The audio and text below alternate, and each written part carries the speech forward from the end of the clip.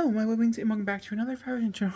I'm Jacob J Books Corner, and today we're here to do another 5-star video. So originally, I was doing these videos where I'd get 5 books, and I'd read all those 5 books, and then I would rank them and tell you if they're worth it or not. Instead, we're on the hunt for a 5-star read, which was a popular trend that started last year that has a lot of people have taken over into this year on Book Talk and BookTube. And I decided to take it over and to switch the series around because I was reading a lot of shit for that previous series, a lot of clunkers. I think I walked out with maybe like 4 5-star reads. Like, I feel like the sci-fi video was the most best one. I mean, I don't think I would have ever read like Mayfly or something, which ended up being like one of my favorite books of last year. Besides the point, we're here for another 5-star genre. I just did this with cozy fantasy. Originally it was a cozy sci-fi fantasy, but they both ended up being just like straight fantasy. This one in this take here is YA standalones. It's very open. It can be about anything. It just can't have a sequel, at least at the time of filming the video. If it gets a sequel later on, I can't do anything about that. But right now, it just needs to be a single novel. That's because of a few different reasons. And in this case, I walked in the last video with 5 books just in case. This video, I'm only walking with 2 books, but I have a few other authors who are coming to mind. Also, I have a few books on my unread TBR, which I can try to find, which are also possibilities. I have like 1 or 2 up here as well. Maybe 3 or 4, I don't know. I'm not pulling off of that TBR, because of course not. We're starting with the Talia Hibbert one, which I'm highly suspicious and unfairly cute. I've heard nothing but amazing things about this. This is a second-time author. I didn't really care for the first time I read her, but I read her as an adult author, and that's part of the reason I didn't care for it. I didn't really love the smut. So now we're here with YA, so this should be much more cleaner romance, and it sounds super cute. It's about hiking, which sounds fun, and I've heard good things from people that I trust. So this is where we're starting. We will see where we go from here, but I'll see you on the other side. The plan is I'll probably update you about halfway through, and then we'll see where I'm at. 30%, 35% into the Tabitha Third one, and I figured, oh, maybe we can just talk about it. It's not going to be a 5. There's no part of this that's like, oh my god, I'm a 5. Listen to me, I'm a 5. Why are you not looking at me? I'm a 5. Nothing. There's no part of it. I don't even think it's going to be like a surprise 5. I don't think anything out of those lines. I don't even think it's going to be a 4. Like, it's screaming, I'm like a 3.5 to me, which is what her last one did. The difference here is there is no jumping directly into the relationship. It is very much a slow burn, and it's a second chance type of thing. Not really. It's like a friends to enemies to lovers type of relationship. The characters are fun. They're cute. There's nothing wrong with it. Objectively, there's nothing wrong with this book, and I would very widely recommend this book to a lot of people based on what I read so far. I want to say I think the audiobook is hindering the experience, but I physically can't get it in any other format, or I would finish it that way. I would also probably maybe find myself skimming it more if I was reading it physically, just because there's just several things I just don't care about that's happening inside the material. There's about 2 people, Bradley and Salone, as they're off to go on this journey for Oxford to win a scholarship. 3 people can win the scholarship. I already have my bets on who's going to win that scholarship, and they're teaming up. They have to be teamed up for several different things. This first thing being a scavenger hunt. They do not like each other due to past stuff, which just got explained, which I thought like were like really basic middle school stuff, which makes sense. I don't know. Maybe YA is not for me. Maybe this is going to be a fail flunk video, but it doesn't end until I get 5. There's going to be a win somewhere in here. That being said, I think I'm going to update you guys probably about the 75% mark next to have like a clear answer, or be like, hey, I think maybe the next 10% it could be a 5. Something could happen, so I'll update you guys 75% into it. Okay, let's close out the first book for this vlog. Yeah, we're definitely gonna read another one. I don't know if this is just not a genre for me. We'll find out. This video will not end. It might come out in August. Who knows how many books will we cover? Who knows? But this is landing on like a 3.75. News version on like a 4.5 there for a minute, and then it kind of slowed down. I think I kind of want to try her adult stuff again, because I think there's elements of this that I want that are only an adult book. That might be something interesting for me to explore. Maybe other adult books, or maybe try doing that series go again and things. And maybe I just didn't really understand the hype, and now I kind of get it, so I'm excited to experience it. We're gonna move on to the next one. Okay, hi. Let's chat. So I have started the next book for this vlog. It's not a 5. It could turn into a 5. It has a possibility, but it really sucks because I just gave a YA fantasy a 5-star read, but it was part of a series. It was the second book in a series, and so like I'm just like, I can find them, but it's a pretty adult. Like, it's on the very more higher end of YA, and I don't really know what the whole point of this video is. Like, I've been tempted to just change it over to like YA, like the thriller thrillers or to something or those lines instead, but we're here. It's fine. I started Icarus. Icarus is the next book I chose for this video, partially because I had to read it anyways for a different video, and I'm reading it for 3 different videos. It just happens to work out that way. But yeah, I started Icarus. I'm 32% into it now. It's very fast. I think I would probably like it better if I was physically reading it, so I'll probably want to put it on hold and find another book for you guys and then physically read it and see if it's a 5. I do have another book that's over there from an author I've never read before that's been recommended to me a gajillion times since the author started coming out, and I picked up it's one of his newest releases, so, or their newest releases, I think it's they, them. We'll see. Icarus follows a boy named Icarus, who is an art stealer. His and his dad are art stealers, and he ends up going to steal from this house he's been stealing from for like 12 years, and his son is there, and they start an unlikely bond. He also is having relationships with like 60 other people, and so it's like this whole entire like boom boom boom type of thing. It's fine. The writing is fine. Nothing is blowing me away. Nothing is super like, oh my god. I don't know, maybe I can get the Kindle book. I might try that. And I would like to move on from this audiobook. I don't think it's too fast paced for me to like really enjoy. The chapters are like maybe like 3 or 4 pages long, and I think it could be like really fun to read. So let me see if I can get the ebook, and then we'll get back to it. But I'm 32% into it nonetheless. I will finish it. I'm curious. I'm not super duper invested. This reminds me of, if the writing was better, the one I read for the end of last year for a 5-star prediction, which I don't think was a 5-star, by Elliot Schaefer. I can't remember what that's called. Young Charming Man or something along those lines. They're very different stories. Maybe because they're about painting, I really don't know. But it gives me the same vibe, and that one I think had Elliot Schaefer to bring it up to a 5. I'm not very familiar with K. Abrams' writing, and so I think that's also like the disdirect here, but it's fine. Alright, I'm gonna come here and give you guys the update. I did finish Icarus. It was a 3. I just did not care for it very much. I'm kind of feeling if I would have physically read it, if I would liked it better, but I feel like the story was a bit too simple and a bit too small, I guess. I don't know. I didn't really care for it. Icarus as a character had interesting attributes, but ultimately I don't really think materialized, especially by the end. And I felt like it wrapped up in a way that I don't know. I didn't really care for any of the characters or the romances at its center. Moving on to the 3rd book. I do have it sitting over there. I have to figure out if I can get a hold of it for me to physically read it. So once I start it, I will let you guys in on what that will be. I guess this is going to be a June video. It happens. Okay. I'll talk to you guys soon. Hello. I'm going to read until I get a 5 YA novel. This is such a stupid idea. I'm never going to be this broad again in my life because, I mean, we've only read, this is like, what is this? This is our 3rd book. I still don't think it's a 5. So we're trying a different author this time. This is F.T. Lukens, another author I've never read from. Why am I expecting it to be a 5? Fuck if I know. Okay, don't come at me. It's called Spellbound. This is the one that I grabbed because it was the one at the library. I originally was going to read the one with the mermaid in the cover, which I've been recommended a bunch of times, like Fish Out of Water or something like that. Can't remember exactly, and I don't think they're all on here. In Deeper Waters is what it was. And we picked up this one instead. This one is about this character right here. His name is Rook. He has no magic abilities whatsoever. Then we have Sun. Their pronouns are they, them, and they are little wizard project. And essentially, they have to work together to solve a mystery, and it seems really fun and really cute so far. Rook as a main character was giving me like whole 5-star vibes. Rook and Sun as main characters, like dual POV. I don't fuck with dual POV too much. I feel like it's probably gonna be a 4, but we'll see. I think the voices are very distinct from one another, so it's really good. And I think some of the conversations are here, but Rook being no knowledge about this world except for very little, it's making it a lot more easier to digest and also more fun to read from. Whereas Sun, they have a lot of knowledge about this world, and so it's not as easy to digest, and I'm still getting used to it. But overall, I'm having a good time, and I will let you know as I continue. This is a relatively new... Oh, it's not. This came out last year. Ignore me. Okay. I genuinely don't know what number this is anymore. Like, I think it's book 4, but it also could be book 3. I don't know. Either way, we're still reading Spellbound. I'm halfway through, and I figured you guys deserve a check-in. Because the plot has not plotted. Okay, the plot, once again, I'm going off of... What am I going off of? Goodreads? I think I'm going off of Goodreads. I think the bold in Goodreads said it's supposed to be a mystery that these 2 people are solving, and now I'm thinking that's the last 78%. I'm halfway through the book, and there's objectively nothing going on.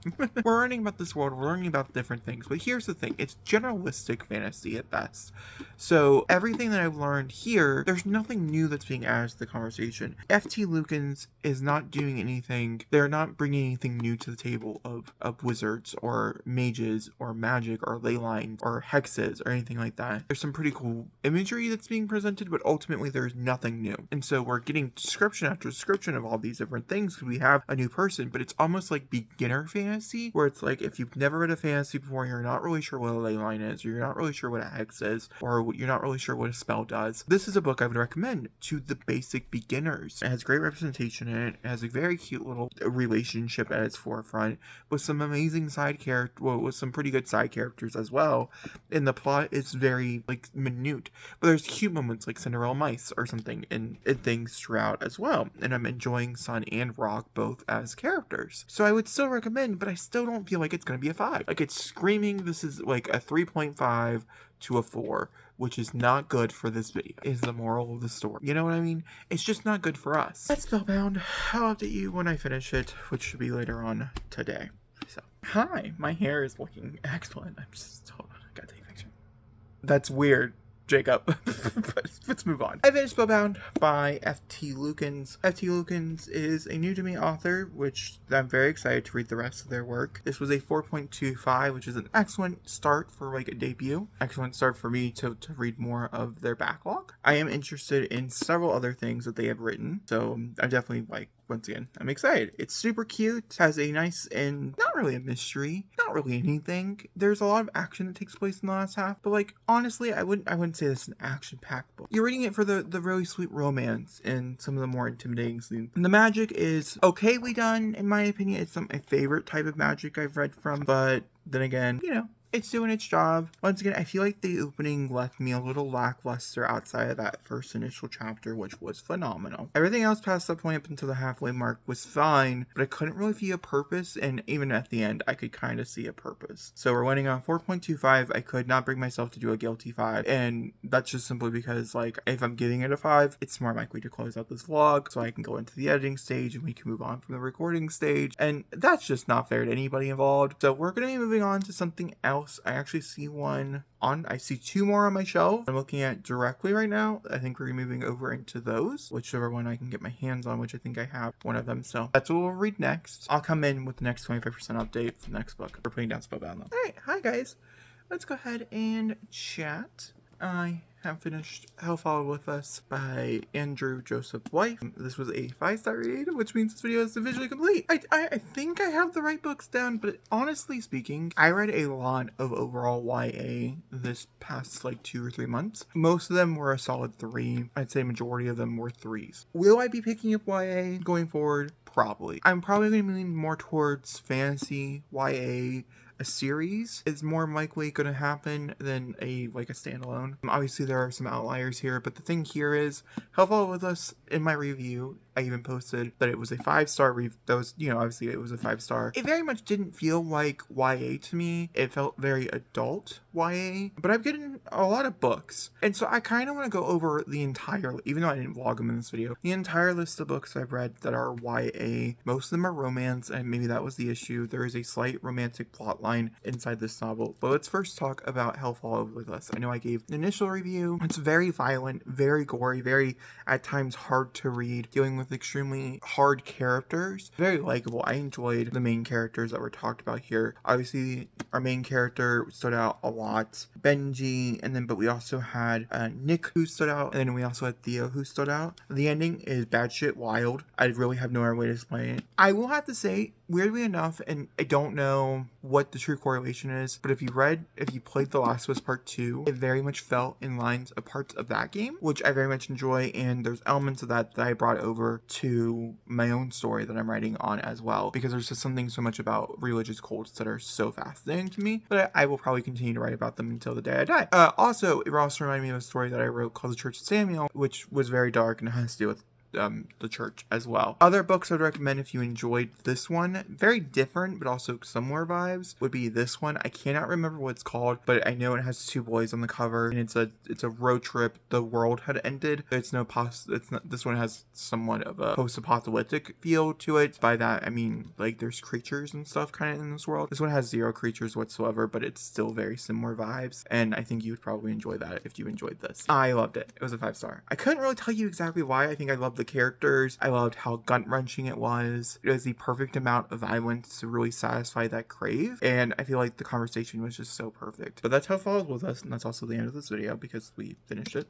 But I did want to go through some of those books, and I just realized I don't have my bullet journal on me. Hold on, give me 1 second. Alright, I'm going to pop up a few covers on the screen, on the side here, if I've read them or not. Obviously, we're going to talk about if I read them. Once again, this is dating back from the time I finished the last video to this video. I didn't get this concept idea until I started the book that we started, which we'll talk about. But I did want to run through a lot of these and kind of explain why I liked one better than the other. I know that's not really the point of this video, but obviously this video was an experiment for myself. It was basically testing a genre, just a plain genre. Why is so speculative though, as we're going to talk about, because for instance, Hell Follow With Us, I wouldn't put in a YA category. To me, that is adult horror. I can understand why it's put in YA, and also I wouldn't tell a library to take it out of YA. There isn't, like, the violence is pretty graphic, but it's nothing more graphic than anything else in those, inside, you know, the realm of things. But it's really interesting to, like, deep dive into YA and what makes a genre a genre. So starting with Dead Girls Walking, I read a ARC review of this. Sammy Ellis, I think is what it is. I gave it a 4.25. It was phenomenal. It is a horror. It's a slasher. It gets pretty violent. Excellent characters, excellent reputation. And that's also another thing. Like, YA, I think, is the best represented of the queer community in general. Like, the LGBT community overall, I think YA does it really well. Even if I don't love the book, I do end up loving the representation quite a bit. So I read that one, and then it took